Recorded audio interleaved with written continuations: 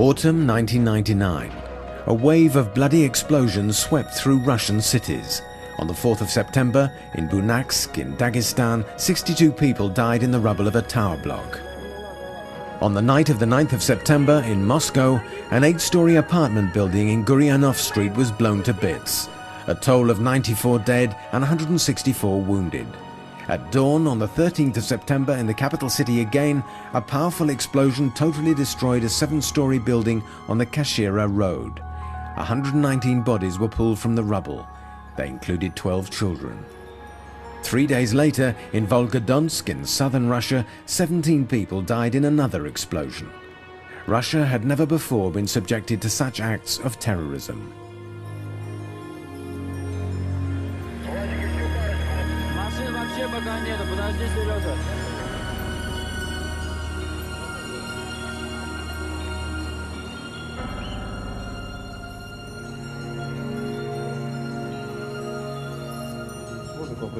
Mass psychosis quickly set in. All offices and non-residential premises, cellars and basements were thoroughly checked. Civilians volunteered to patrol courtyards, stairways and landings. A multitude of checkpoints paralyzed road transport.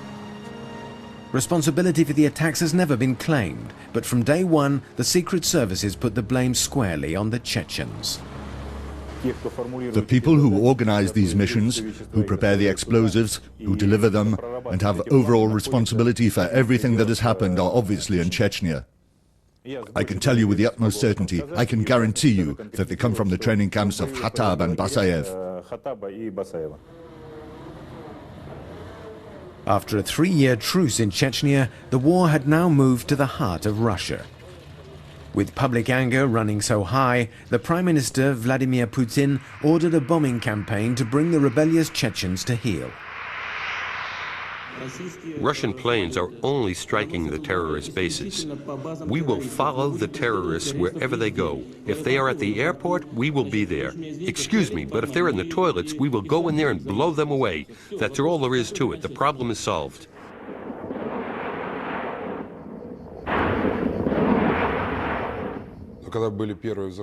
When the first explosions took place in Moscow, then in Volgodonsk, the public was in a state of stupefaction and shock.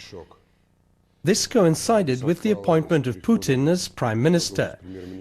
And I think that then about 90 to 95% of people, just like today in America, supported the action the president was taking to eliminate the Chechen bands. But what's interesting is that even now it hasn't been proved that the Chechens did it.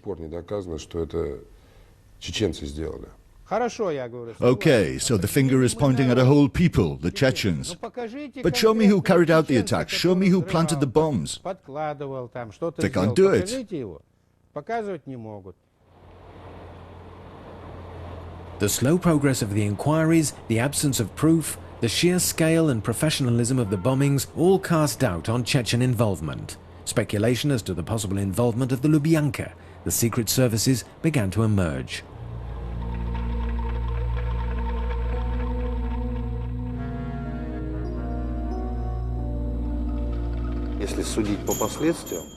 To judge from the consequences, and they say that in politics you should always look to see who benefits, then of course there are all sorts of different versions.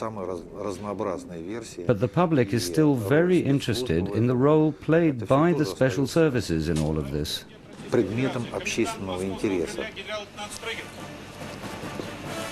After public demands for peace, the enraged Russian people turned against the Chechens and the war was renewed.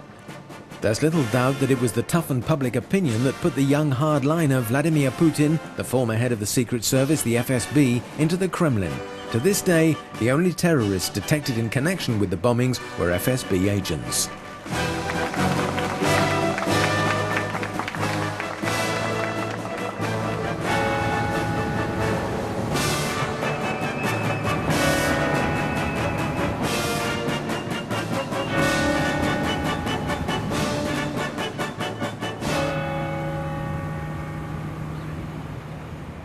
The first suspicions of special service involvement in the bombings came after 3 explosions had already claimed more than 300 lives.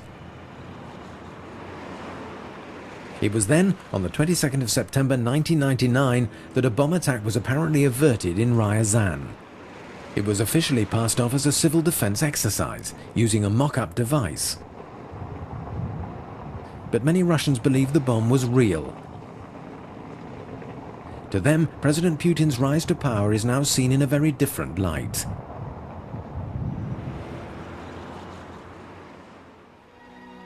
Those involved in investigating the mysterious events in Ryazan include journalists from Novaya Gazeta, one of Moscow's last remaining independent publications. And since the FSB doesn't like it when people pry, the newspaper has had more than its fair share of problems. We consider that, according to the law, according to the Russian Penal Code as it stands, the facts disclosed by our paper should lead to the opening of a criminal inquiry to establish if those facts are indeed well-founded.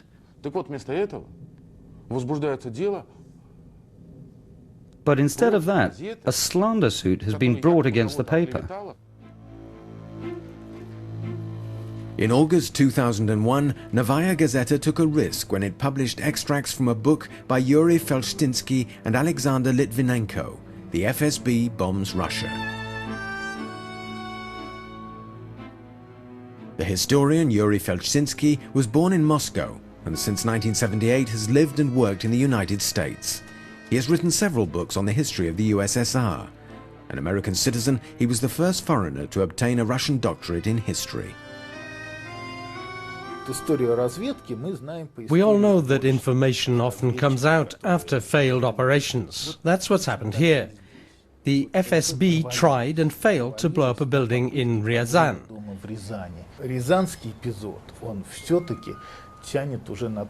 The details are clear enough now to make it a textbook case. We know everything. What car they came in, how many of them there were, when and how they planted the bomb.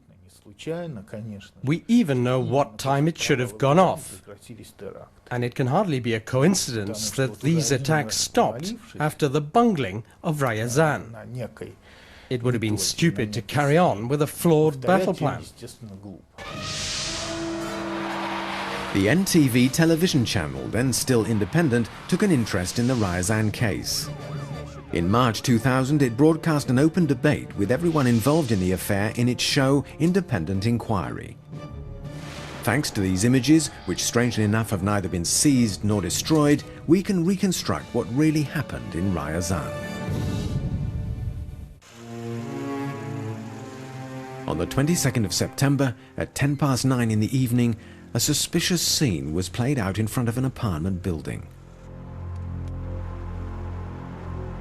Two men and a woman unloaded 3 large bags from the boot of a white car and carried them into a basement.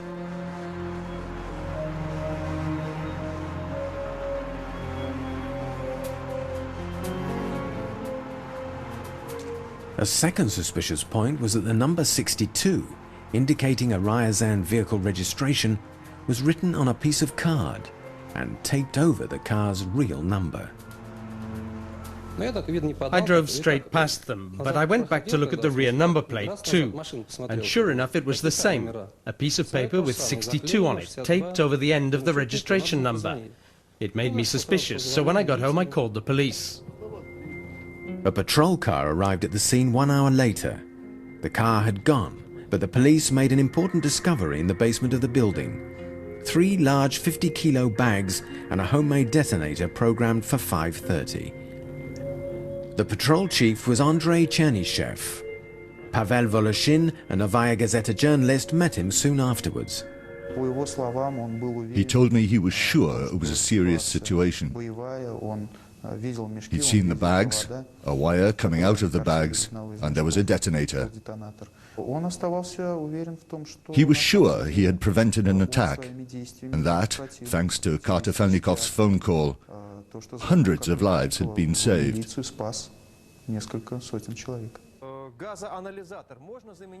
On the NTV program, the tenants of the building recounted the details of what they saw and went through that night. When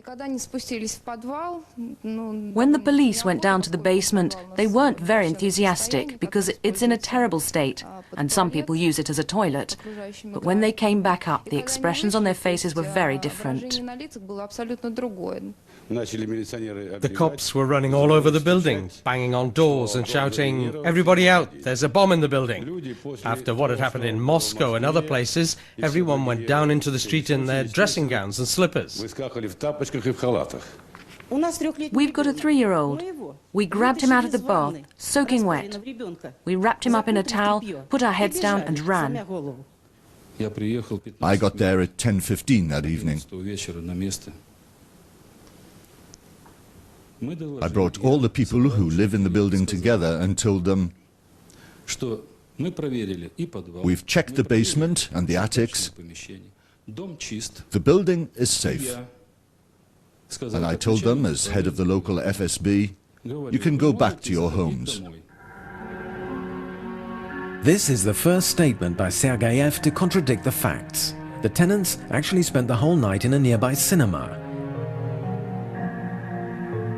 The inspection of the buildings was taken so seriously that they couldn't go back to their homes until the following morning. We weren't allowed back in, and the police stayed in the building until 10 o'clock in the morning. They let us away at 2 o'clock. I noted down midnight. We were taken to the October cinema. There was no heating. It was freezing for the children. Well, I was there with you. We were all there in the October cinema. There's no point in lying. Maintaining a false version of events is always difficult. Not long before this clash, General Sergeyev had been telling a completely different story. I was with you all night. I worked with you until morning. We spoke to each other, and yes, the situation was certainly serious. On the night itself, the former head of the Ryazan office of the FSB was as certain as anyone else that there had been a bomb in the building. Sergeyev came over to us several times. Around 2 o'clock in the morning, when the bags had been checked, he got us all together in a circle around him and said, "Today is your second birthday." There were 3 bags of explosive programmed to go off at 5:30.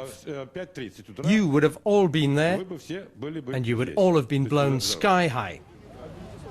From this statement made on the night by the local head of the FSB, it was clear to all that a real bomb had been defused. There were 3 bags.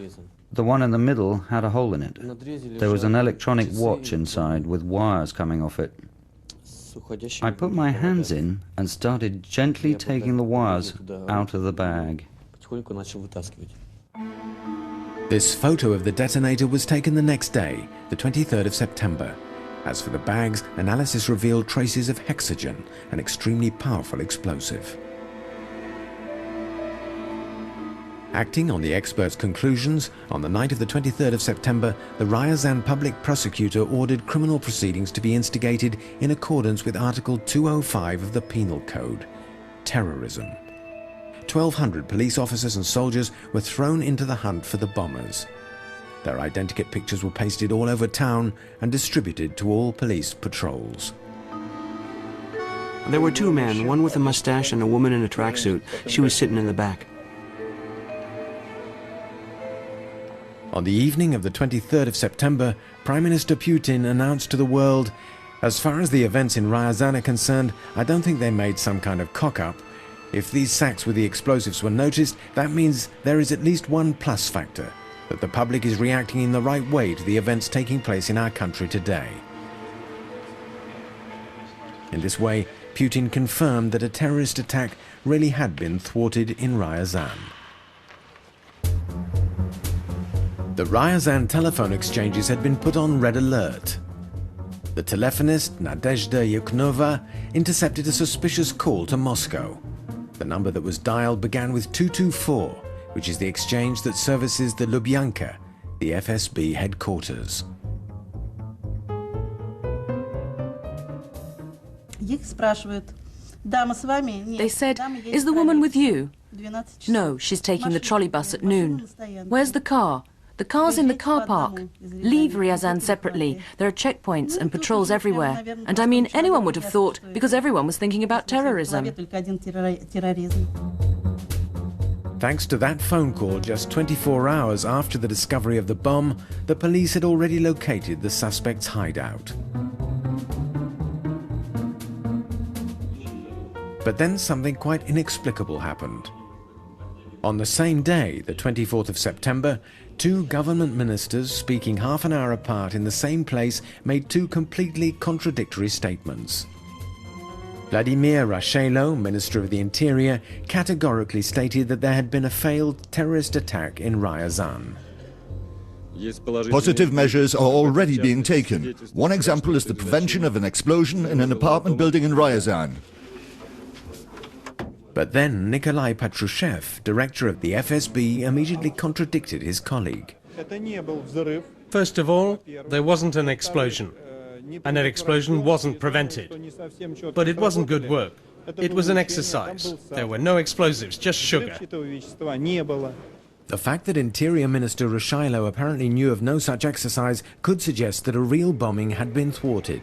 Several months later, during an NTV broadcast, an FSB spokesman stressed the official line. It had been an exercise. But he let slip that it was a joint exercise between the FSB and the local police. The exercise order, he said, had been signed by both ministries.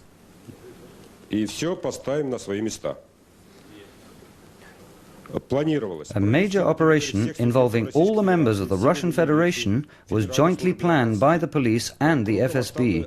The operation was codenamed Anti-Terror Whirlwind. It was signed by Patrushev and Rushailo. Even high-ranking Secret Service officers had difficulty supporting the exercise version of events. I don't get it. Why did it take 2 whole days to tell the world it was an exercise? Frankly, it's incomprehensible. Well, it's obvious. We wanted to check the logical follow-through of our operation, including the hunt methods for terrorists. That's why we didn't reveal it was an exercise. Right, but you couldn't have told Rushailo? Well, you know, things can sometimes get muddled during an exercise. Anyway, during the exercise, we were checking our systems and the systems of the Interior Ministry. Well, can you believe this? Rushailo says it was a great achievement, and half an hour later, Patrushev says, oh no, it was just an exercise. But Vladimir Putin found himself in an even more awkward position. He had also announced that a bombing had been thwarted. Had the Prime Minister known about the exercises in Ryazan? The notion that until Patrushev's announcement on the 24th of September, Prime Minister Putin didn't know about any exercise being held in Russia is improbable. If that was the case, Putin would have had to sack Patrushev the moment he heard that the exercise was being held in Ryazan, because it would have meant that Patrushev had not only misled the whole country, but Putin too. Patrushev didn't lose his job. So Putin must have known that Patrushev was holding an exercise in Ryazan on the blowing up of an apartment block. The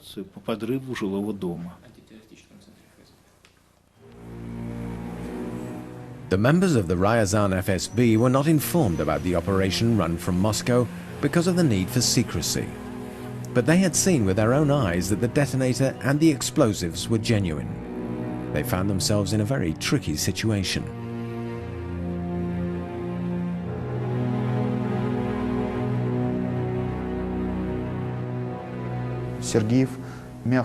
To put it mildly, Sergeyev wasn't pleased. In fact, he was beside himself with rage.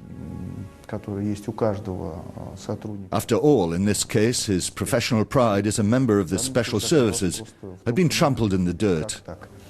How could an FSB general not know what was going on in his own patch? Even worse, now the Moscow bosses were trying to force the local Ryazan FSB to change their game completely. And then, to cover themselves and separate themselves from the actions of the center, the local Secret Service men published an absolutely unique statement. I would say this document is concrete proof of the involvement of the FSB in the Ryazan attack. I'm going to read these few lines from the Ryazan FSB statement.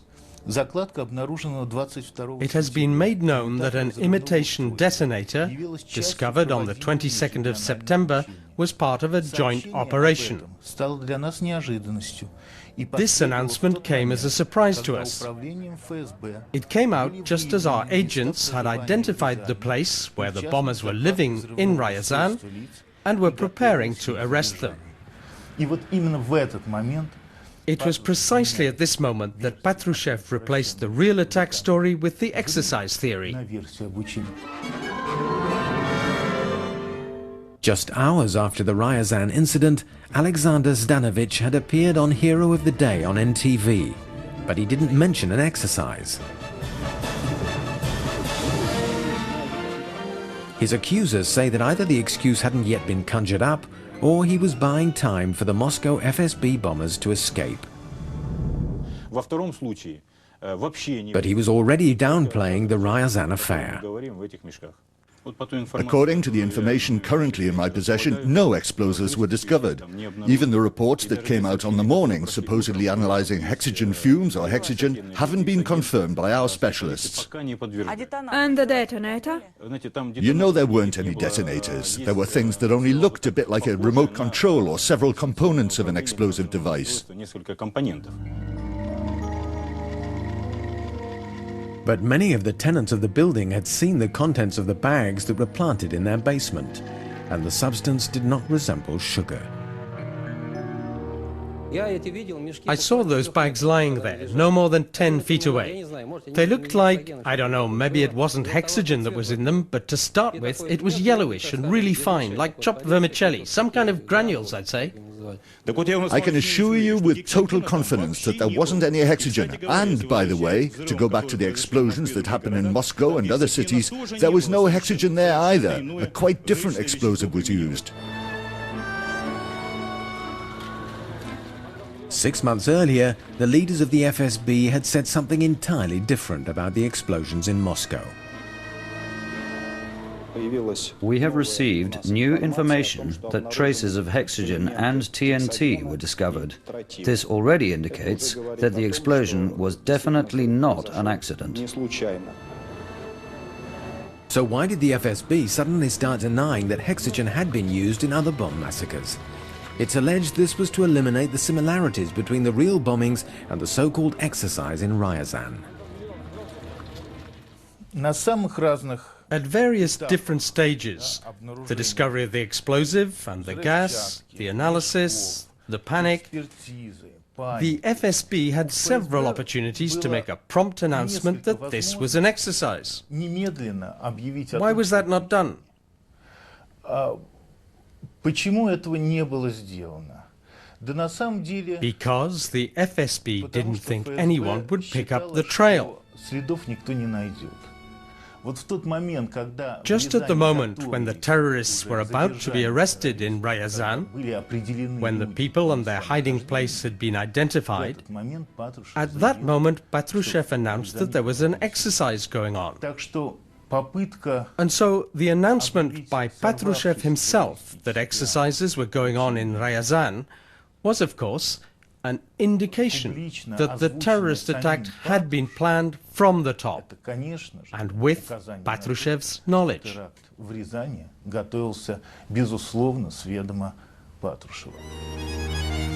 In order to support their exercise explanation, the FSB produced an agent who'd been involved.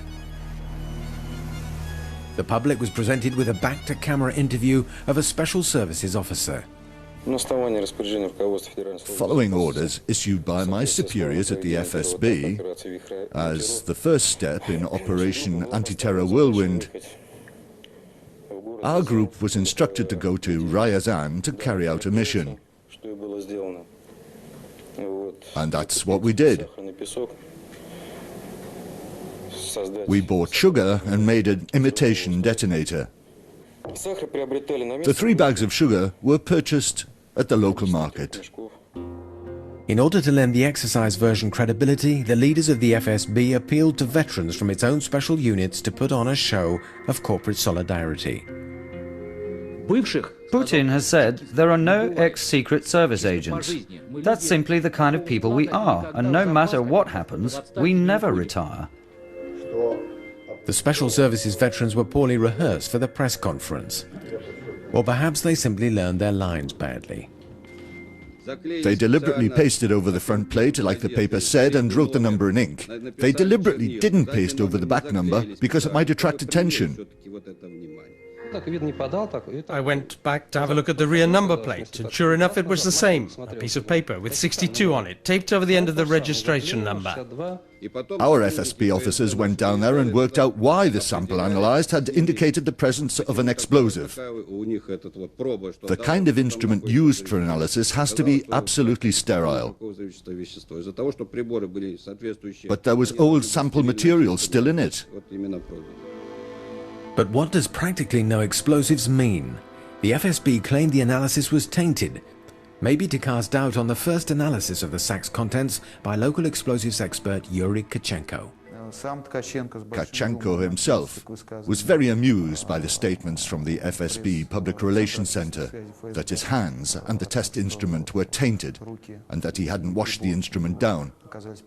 According to Tkachenko, that kind of instrument should never be washed. In the numerous interviews with the Wimpel FSB groups who supposedly took part in the operation, not even the times of their arrival added up.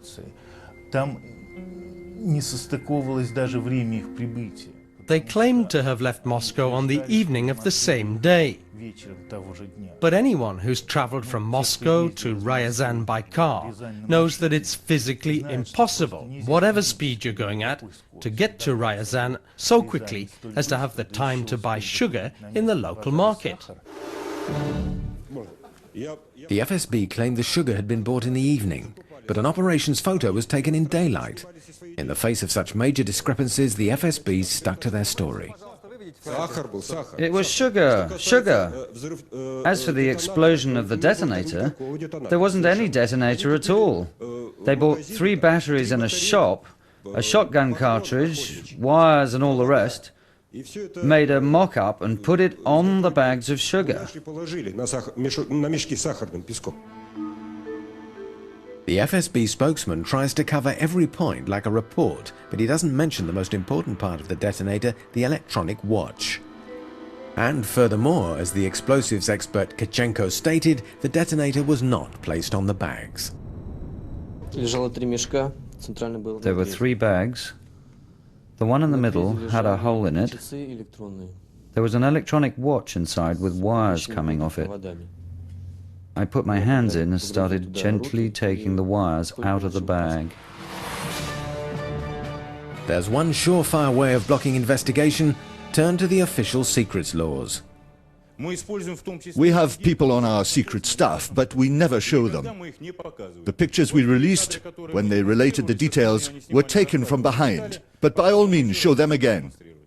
Don't bother. According to what the boss of your investigative department says, there was a cartridge, an imitation detonator. So why didn't Sergeyev figure out it was a mock-up? Stop trying to pull the wool over our eyes. Let's start from the fact that they told us it was sugar in the bags. Does this mean that neither the FSB specialists nor the Interior Ministry know what sugar looks like? People who've seen hexogen just once in their lives could never take it for sugar. You just have to put a bit on your tongue and taste it. You can tell in a couple of seconds. There are no explosives with a sweet taste. Could the evaporation detector have mistaken sugar for hexogen? No, it's not possible. And yet an analysis that requires just a few minutes was dragged out for 6 months in the FSB laboratories. As soon as the investigation's over, I'm prepared to meet you again and give all the details. When might that be? That I can't say. How can it take several months to analyze sugar? Well, there's a queue, you know the way it is.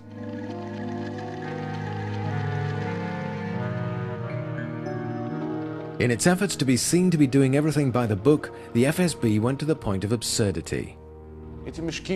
The bags that the FSB claims contained sugar, that we're convinced contained hexogen, were confiscated, and then it was announced that the bags were undergoing further analysis.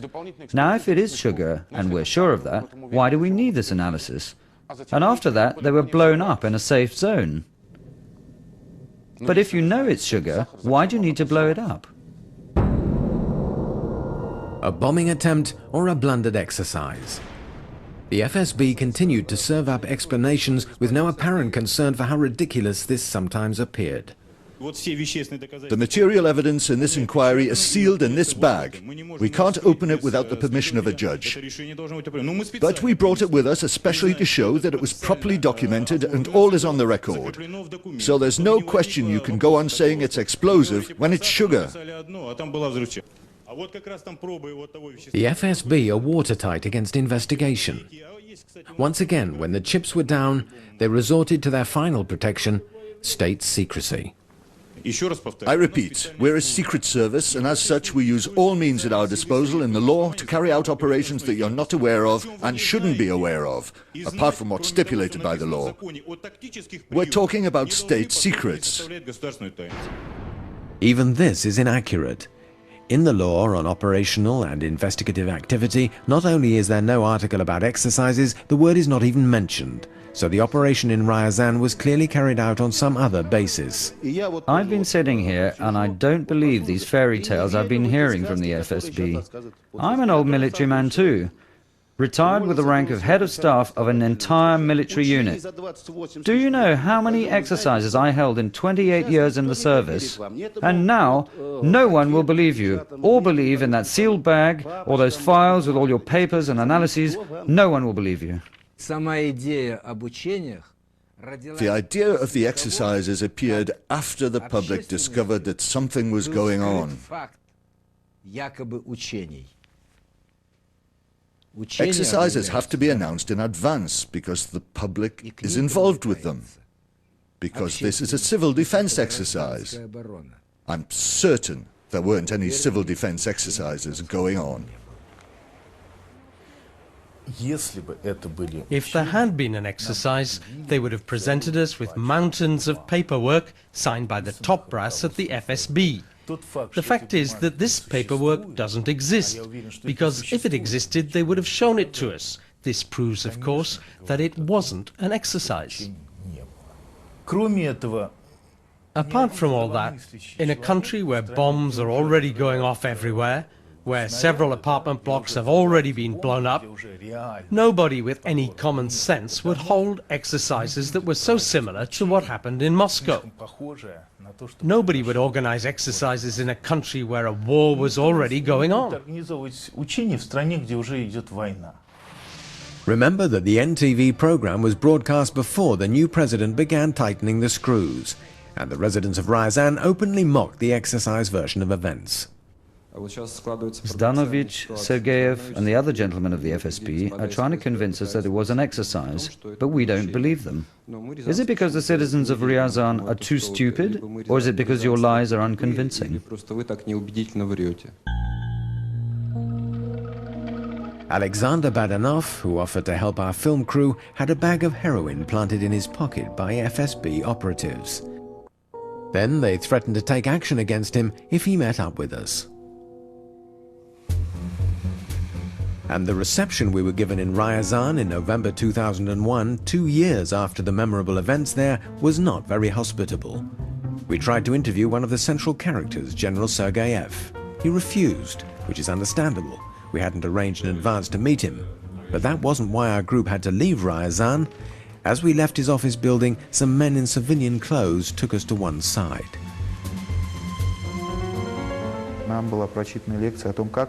They give us a long-winded lecture on how the streets of Ryazan are unsafe, on the rampant criminality in the town, and on the dangerous driving habits of certain local hoodlums. They asked us, if anything happened to you, which it probably will, whose fault would it be? Later on, 3 months after this trip, Pavel Voloshin was interrogated by the police in Moscow. The only citizen of Ryazan who was not too afraid to be interviewed was Viktor Lazinsky. And that might have been because after what happened, he was forced to emigrate to the USA. As the president of the Ryazan branch of the Helsinki monitoring group, he was given an unambiguous warning by the local FSB. It was obvious they were simply going to kill me.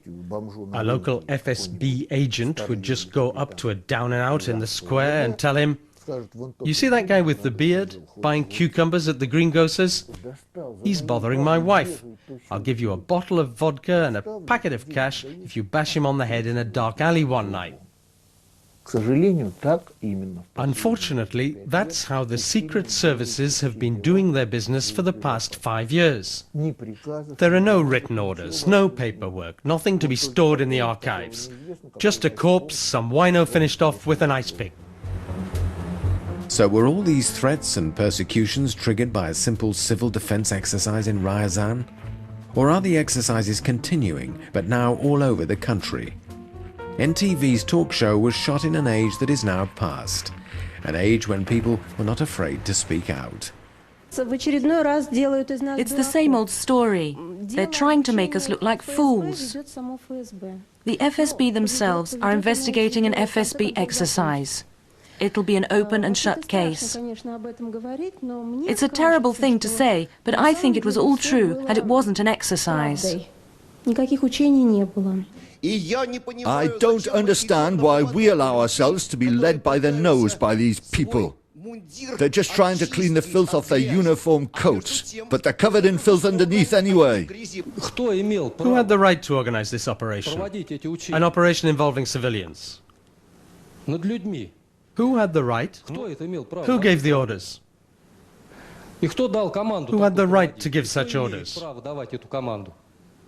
The president. Who else? Citizens may only be involved in exercises with their consent. Otherwise, no matter who took the decision, it's yet another infringement of the law. Let's just imagine that real explosives were planted and it was a real attempt at provocation in order to increase tension in the Caucasus and so on and so forth. Do we have any guarantee that we would have been given an accurate reply that the public would find convincing to the question of what had happened? I suspect, unfortunately, that we wouldn't. There's no secret about it. When the inquiry's over, you'll be able to ask all the questions you want, either yourselves or through a lawyer. And if you don't trust the security service, we'll answer to the public prosecutor. One more falsehood. After the broadcast, the citizens of Ryazan tried in vain to bring an action against the FSB. They got nowhere. Even though the criminal case was closed, it was classified as top secret, in direct contravention of Article 7 of the Law on State Secrecy. This makes it illegal to classify as secret information on events which threaten the health and safety of the general public.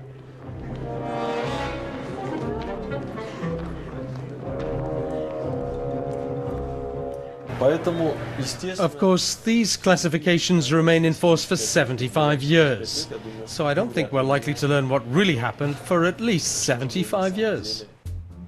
The Russian parliament could intervene and see to it that the truth was known.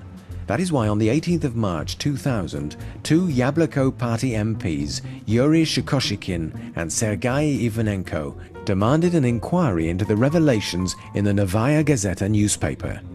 It was a fairly innocuous request.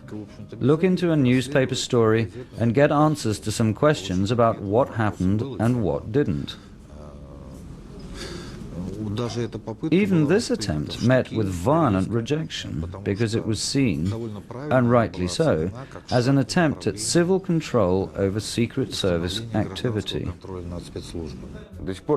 We haven't had an answer yet about whether it really was a terrorist attack that was thwarted or whether it was passed off as some sort of Secret Service operation, an exercise or whatever. It's a secret shrouded in darkness. We still don't have any reliable information on the matter. If the truth about the incident in Ryazan came out, the government would be forced to answer questions about who was behind the explosions in Bryansk, Moscow and Volgodonsk. And that's something both former and present members of the Russian special services are agreed upon.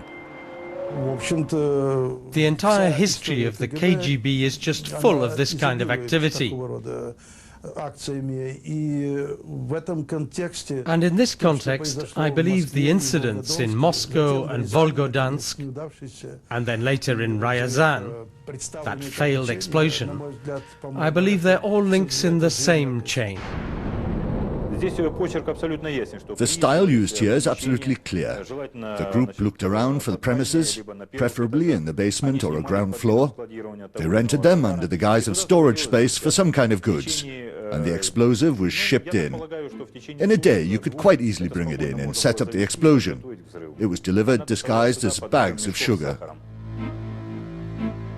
But if we assume that all the explosions in houses in 1999 were the work of the special services, clearly it must have taken several months to plan and prepare for them.